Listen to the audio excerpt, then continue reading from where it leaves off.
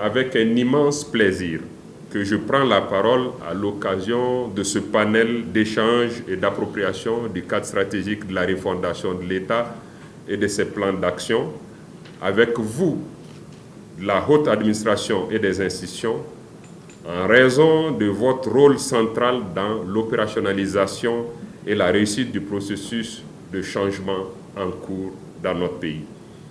Il vous souviendra que le 15 septembre dernier, nous avons procédé au nombre du triumvirat de ministres chargés de l'administration territoriale, des réformes politiques et institutionnelles et de la refondation de l'État, à la remise officielle du document portant cadre stratégique de la refondation de l'État en version physique et numérique, à Monsieur le Premier ministre par intérim, lançant ainsi le point de départ des activités du dispositif institutionnel gouvernemental créé par le décret du 1er septembre 2022.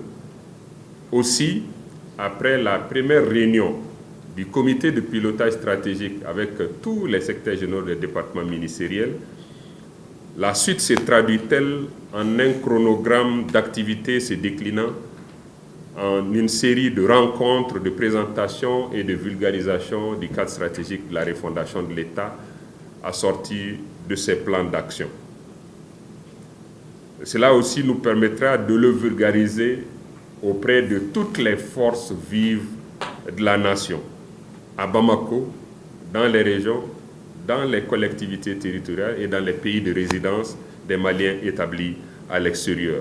Ces activités constituent un paramètre important de mise en œuvre efficace des recommandations issues des Assises nationales de la refondation de l'État pendant cette période de transition, bien entendu. D'ailleurs, les autorités de transition ont déjà réaffirmé cette volonté allant dans le sens de la mise en œuvre des Assises, des recommandations des Assises nationales de la refondation à travers la création et la mise en place du CNCRANR, le comité indépendant d'évaluation des recommandations des Assises nationales de la refondation, qui sera désormais notre gendarme. Je le répète, notre gendarme, Monsieur le Premier ministre par intérim n'est pas là, donc je peux bien me permettre.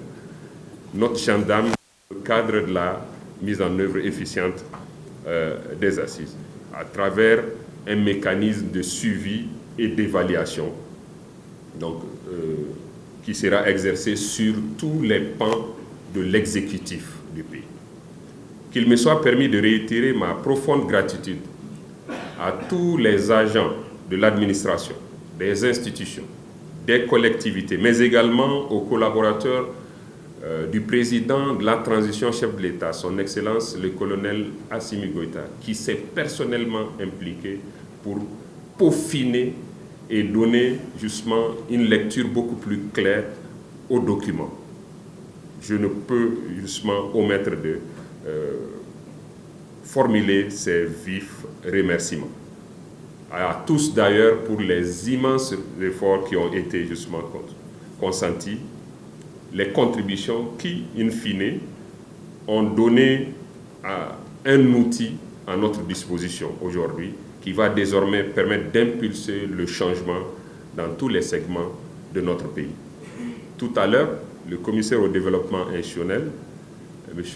Yehia Ahmed, vous fera un exposé synthétique du contenu du cadre stratégique de la refondation de l'État pour ouvrir une séance d'échange et d'interaction entre nous pour une meilleure maîtrise du document, mais aussi en vue de relever les éventuelles appréhensions, les observations et les contributions en termes d'amélioration à y apporter.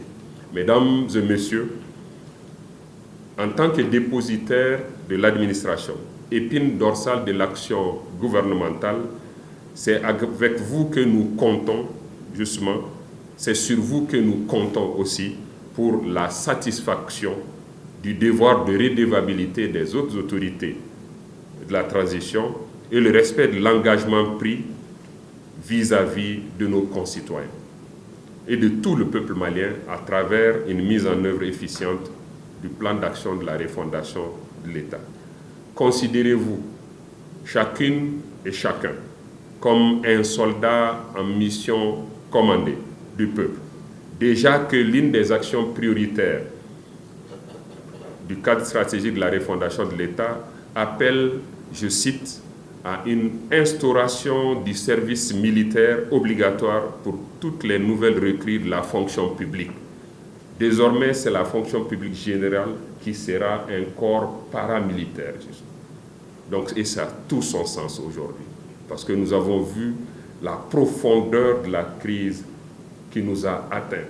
Donc, ça veut dire que nous devrons être aux avant-gardes désormais pour prendre soin de l'État et de notre peuple à tout point de vue.